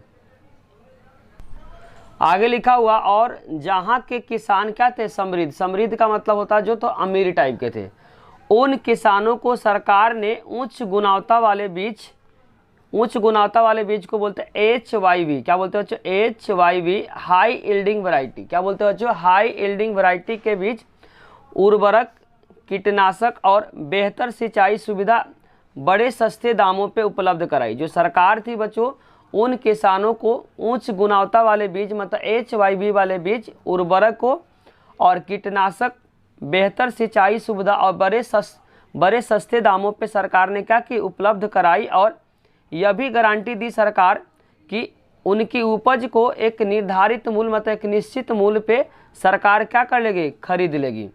और इसी को बोलते हैं बच्चों हरित क्रांति। तो ध्यान रखना, हरित क्रांति में क्या हुआ था, उन किसानों को सरकार ने उच्च गुणवत्ता वाले बीज, उर्वरक दिए, कीटनाशक और बेहतर सिंचाई सुविधा बड़े सस्ते दामों पे सरकार ने क्या की, उपलब्ध कराई। और ये भी सरकार गारंटी दी कि अगर कोई दूसरा कोई अगर उचित दाम पे आपका सामान अगर नहीं खरीदेगा तो जो भी किसान होगा बच्चों, किसान का जो एक्स्ट्रा जो उपज होगा वह सरकार क्या करेगी, निश्चित दामों पे उस उपज को क्या करेगी, सरकार खरीद लेगी। तो वही बात बोलना चाह रहा है। और ये भी सरकार गारंटी दी कि उनकी जो उपज को एक निर्धारित मतलब एक निश्चित मूल्य पे सरकार क्या कर देगी, खरीद लेगी। इसी को बोला जाता है बच्चों हरित क्रांति। हरित क्रांति बच्चों पेपर के लिए बहुत इंपॉर्टेंट है, इसको क्या करना, आप स्टार लगा के बच्चों अच्छे से क्या करें, इसको याद करें, क्योंकि पेपर के लिए ये जो टॉपिक है बच्चों बहुत इंपॉर्टेंट है। क्वेश्चन नंबर 30 में बच्चों गिवन है, हरित क्रांति के सकारात्मक प्रभाव। सकारात्मक प्रभाव का बच्चों लाभ बताना। हरित क्रांति अपनाने से क्या क्या फायदा हुआ या सकारात्मक प्रभाव भी पेपर में आपसे पूछा जाएगा। तो हरित क्रांति को अपनाने से बच्चों जो सरकार को गेहूं और चावल के उत्पादन में क्या हुआ, वृद्धि हुआ। हरित क्रांति अपनाने से बच्चों गेहूं और चावल के उत्पादन में क्या हुआ, वृद्धि हुआ। अगर MCQ के फॉर्म में पेपर में पूछा जाएगा आपसे पेपर में कि हरित क्रांति को अपनाने से किसकी उपज में ज़्यादा बढ़ोतरी हुई, तो गेहूँ और चावल की उत्पादन में क्या होती, बढ़ोतरी हुई थी। किसानों को बच्चों आय में वृद्धि हुई थी, किसानों की स्थिति में सुधार हुई थी। और इस राज्य का नाम बच्चों याद रखना, पंजाब, हरियाणा और पश्चिम उत्तर प्रदेश के इलाके क्या हुए थे, समृद्ध हुए थे। मतलब 3 ऐसे इलाके थे बच्चों जिसको हरित क्रांति को अपनाने से सबसे ज़्यादा फायदा हुआ था, पंजाब, हरियाणा और पश्चिम उत्तर प्रदेश। आपको ध्यान रखना बच्चों, पंजाब, हरियाणा और पश्चिम उत्तर प्रदेश के जो इलाके हैं, हरित क्रांति को अपनाने से सबसे ज़्यादा इन्हीं लोगों को क्या हुआ था, इन्हीं राज्यों को फायदा हुआ था। तो हरित क्रांति के सकारात्मक प्रभाव में आपको ध्यान रखना, गेहूं और चावल के उत्पादन में वृद्धि हुई थी, किसानों को आय में भी वृद्धि हुई थी, किसानों की स्थिति में सुधार हुआ था। पंजाब, हरियाणा तथा पश्चिम उत्तर प्रदेश के इलाके क्या हुए थे बच्चों, समृद्ध हुए थे। मतलब इन्हीं इलाकों को हरित क्रांति का क्या हुआ था, बेनिफिट मतलब फायदा हुआ था। क्वेश्चन नंबर 31 में गिवन है, हरित क्रांति के नकारात्मक प्रभाव। ये भी क्वेश्चन बच्चों सकारात्मक और नकारात्मक जो प्रभाव है बहुत इंपॉर्टेंट है। सभी क्षेत्रों को बच्चों समान फायदा यहाँ पे नहीं मिला था, सभी राज्यों को बच्चों इसमें बराबर फायदा नहीं हुआ था। 3 ही राज्य ऐसे थे जिसको सबसे ज़्यादा फायदा हुआ था, पंजाब, हरियाणा और पश्चिम उत्तर प्रदेश के जो इलाके थे, मतलब ऐसे राज्य थे बच्चों, इन्हीं राज्यों को क्या हुआ था, फायदा हुआ था। यही बात बोलना चाह रहा, सभी क्षेत्रों का समान फायदा यहाँ पे नहीं हुआ था। किसानों में असमानता और बढ़ गई थी, जो अमीर किसान था और अमीर हो गया, जो गरीब था बच्चों गरीब ही था। वहीं बोला चला सभी क्षेत्रों में समान फायदा हरित क्रांति को नहीं मिला, किसानों में असमानता और क्या हो गई, बढ़ गई। इसमें एक मध्यम श्रेणी का भू स्वामित्व वाले किसानों का क्या हुआ, उभार हुआ। जो भी किसान बच्चों जो एक मध्यम वर्ग का क्या हुआ, इसमें एक उभार आया, मतलब सामने निकल के आया। मध्यम श्रेणी के भू स्वामित्व वाले किसान का क्या उभार, उभार का मतलब पहले क्या था बच्चों, गरीब किसान था या अमीर किसान था, लेकिन हरित क्रांति को अपनाने से एक मध्यम श्रेणी का क्या हुआ, किसान बाहर निकला। वामपंथी जो संकट थे, वामपंथी का मतलब हुआ कि बच्चों जो गरीबों के बारे में सोचते थे उनका क्या हुआ, उभार, उभार का मतलब वहाँ से निकले। जो भी बच्चों गरीबों के बारे में जो सोचते थे उनका क्या हुआ, एक तरह का उद्भव हुआ, ऐसे बोल सकते हो बच्चों। वामपंथी संगठन का क्या हो गया, उद्भव हो गया। हरित क्रांति आने की वजह से जो भी लोग बच्चों गरीबों के बारे में सोचते थे उनका एक संगठन होगा जिसको बोला गया यहाँ पे वामपंथी संगठन का क्या हो गया, उद्भव हो गया या उभार हो गया। इतने सारे पॉइंट बच्चों हरित क्रांति का नकारात्मक प्रभाव में आपको याद रखना है। क्वेश्चन 32 में बच्चों श्वेत क्रांति है। श्वेत क्रांति बच्चों दूध से रिलेटेड है। श्वेत क्रांति बहुत इंपॉर्टेंट है अभी बच्चों। श्वेत क्रांति अगर पेपर पूछे किससे रिलेटेड है बच्चों, दूध से रिलेटेड है। मिल्क मैन ऑफ इंडिया के नाम से मशहूर वर्गीज कुरियन ने गुजरात के सहकारी दूध एवं विपणन परिसंघ की विकास कथा में केंद्रीय भूमिका निभाई थी। जो बच्चों अमूल जो दूध है, अमूल दूध का जो स्टार्टिंग जो किए बच्चों मिल्क मैन ऑफ इंडिया जिसको बोला जाता है, उनका नाम है वर्गीज कुरियन, जो स्टार्ट किए थे बच्चों गुजरात में। तो पूछेगा श्वेत क्रांति के जनक किन्हें कहा जाता है, तो इसका आंसर हो जाएगा बच्चों वर्गीज कुरियन कहाँ से स्टार्ट किए थे बच्चों, गुजरात से। इतने पॉइंट आपको क्या करना है, श्वेत क्रांति से याद करना है। और वर्गीज कुरियन को क्या कहा जाता है बच्चों, मिल्क मैन ऑफ इंडिया इन्हें कहा जाता है। तो ध्यान से आंसर को समझना, मिल्क मैन ऑफ इंडिया किसको कहा जाता है बच्चों, तो आपको ध्यान रखना वर्गीज कुरियन को के नाम से मशहूर जो वर्गीज कुरियन ने गुजरात के बच्चों जो सहकारी जो दूध एवं वाणिज्य सहकारी दूध एवं जो विपणन जो परिसंघ के विकास में इन्होंने क्या कहता केंद्रीय भूमिका निभाई थी कि इन्होंने बच्चों वर्गीज कुरियन। और इन्होंने जो अमूल जो दूध बच्चों उनका क्या किया था, शुरुआत किया था। अमूल जो दूध बच्चों जो यूज करते हैं, उस अमूल दूध का जो शुरुआत किए थे वह किसने किए थे बच्चों, तो आपको ध्यान रखना वर्गीज कुरियन कहाँ से शुरुआत किए थे बच्चों, वह गुजरात से, जिनके कारण से इनको बोला जाता है मिल्क मैन ऑफ इंडिया के नाम से इन्हें जाना जाता है। इतने सारे पॉइंट आपको क्या करना बच्चों, याद रखना है। नेक्स्ट पॉइंट बच्चों, गुजरात का एक शहर है आनंद। गुजरात का एक जो शहर है बच्चों आनंद, वहीं से क्या कहते हैं वर्गीज कुरियन स्टार्ट किए थे। सरकारी दूध उत्पादन का आंदोलन अमूल इस शहर में कायम हुआ था। अगर बच्चों अमूल दूध का जो शुरुआत हुआ था गुजरात के किस शहर में स्टार्ट हुआ था, तो शहर का नाम आपको ध्यान रखना आनंद से स्टार्ट हुआ था। इसमें गुजरात के 25 लाख दूध उत्पादक जुड़े थे। इसमें बच्चों जहाँ से स्टार्ट किए थे, आनंद जो जगह है वहाँ से जब स्टार्ट किए थे, इससे 25 लाख आपको ध्यान रखना 25 लाख जो दूध उत्पादक इससे क्या हो गए थे, जुड़े हुए थे, यहाँ पे दूध लाकर देते थे इनको।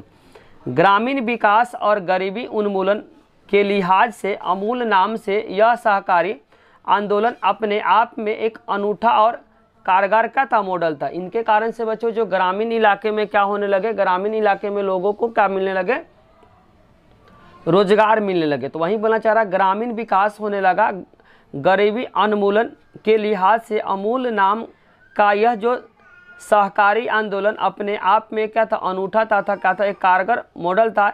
इस मॉडल के विस्तार को ही क्या कहा जाता है, जो श्वेत क्रांति के नाम से जाना जाता है। तो श्वेत क्रांति पूछेगा किससे रिलेटेड है, तो इसका आंसर हो जाएगा बच्चों दूध से रिलेटेड है। इतने सारे पॉइंट आपको श्वेत क्रांति में क्या करना है, याद रखना है। क्वेश्चन बच्चों 33 में लिखा ऑपरेशन फ्लड किससे कहते हैं। ऑपरेशन फ्लड भी जो संबंध है बच्चों दूध से ही संबंध है। ऑपरेशन अगर फ्लड बहुत सारे बच्चे बाढ़ बोल देते हैं, फ्लड का मतलब बाढ़ बोलते हैं, जो कि गलत हो जाएगा। ऑपरेशन फ्लड अगर पूछेगा जो किससे संबंध है, तो ये भी क्या है, दूध से संबंध है। 1970 में ऑपरेशन फ्लड के नाम से एक ग्रामीण विकास कार्यक्रम क्या हुआ था, शुरू हुआ था। 1970 में बच्चों आपको ध्यान रखना ऑपरेशन फ्लड के नाम से ग्रामीण विकास कार्यक्रम का क्या हुआ था, शुरुआत हुआ था। इसके अंतर्गत जो सहकारी जो दूध उत्पादक को उत्पादक का विपणन की एक राष्ट्रव्यापी तंत्र से क्या कर दिया, जोड़ दिया। मतलब जो ग्रामीण जो बच्चों जो दूध उत्पादक थे उनके शहर में किस तरीके से पहुंचाना है, उसको कनेक्शन का काम किसने किया बच्चों, ऑपरेशन फ्लड किया। इसीलिए लिखना चाह रहा है इसके अंतर्गत जो सहकारी जो दूध है उत्पादक, मतलब जो गांव में बच्चों जो गाय भैंस रखते हैं, दूध उत्पादक को उत्पादक का विपणन एक राष्ट्रव्यापी तंत्र से क्या कर दिया, जोड़ दिया। मतलब गांव के जो लोग थे बच्चों शहर में आकर दूध देते थे और उसके बदले में उनको पैसा मिला जाता था। इस कनेक्शन को जोड़ने का जो काम किया बच्चों ऑपरेशन फ्लड, क्योंकि ये स्टार्ट हुआ था बच्चों धीरे स्टार्ट तो हुआ था गुजरात में, धीरे धीरे गाँव में भी फैलने लगा। ऑपरेशन फ्लड से गांव वाले में जो लोग थे बच्चों जो दूध उत्पादक करते थे वह शहर में आकर क्या करते थे, बेचते थे। यह स्टार्ट कब हुआ था बच्चों, 1970 में, जिसको नाम बोला गया ऑपरेशन फ्लड के नाम से ग्रामीण विकास कार्यक्रम शुरू हुआ। इसके अंतर्गत जो भी बच्चों दूध उत्पादक को उत्पादक विपणन द्वारा राष्ट्रव्यापी तंत्र से क्या कर दिया, जोड़ दिया। इसका जो उद्देश्य आपको ध्यान रखना बच्चों, ऑपरेशन जो फ्लड था उसका उद्देश्य आपको ध्यान समझना, ग्रामीण लोगों को क्या मिले बच्चों, रोजगार प्राप्त हो। ग्रामीण जो लोग है बच्चों उसको क्या मिलना चाहिए, रोजगार मिलना चाहिए, आमदनी में उसका वृद्धि होना चाहिए और इसको कारण गरीबी क्या हो, दूर हो। अगर पूछेगा ऑपरेशन फ्लड का उद्देश्य क्या बच्चों, ग्रामीण लोगों को क्या मिलना चाहिए, रोजगार प्राप्त हो, आमदनी में उनकी वृद्धि हो तथा गरीबी क्या हो, दूर हो। इतने सारे बच्चों उसके उद्देश्य थे, किसके, ऑपरेशन फ्लड के, जो 1970 में क्या हुआ था, स्टार्ट हुआ था।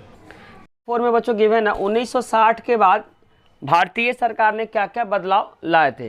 पहला पॉइंट आपको ध्यान का, अर्थव्यवस्था के नियंत्रण और निर्देशन, राज्य की भूमिका इसमें बढ़ गई थी। 1960 के बाद बच्चों जो नियंत्रण था, जो निर्देशक था राज्य की, उसमें भूमिका क्या हो गई थी, बढ़ गई थी।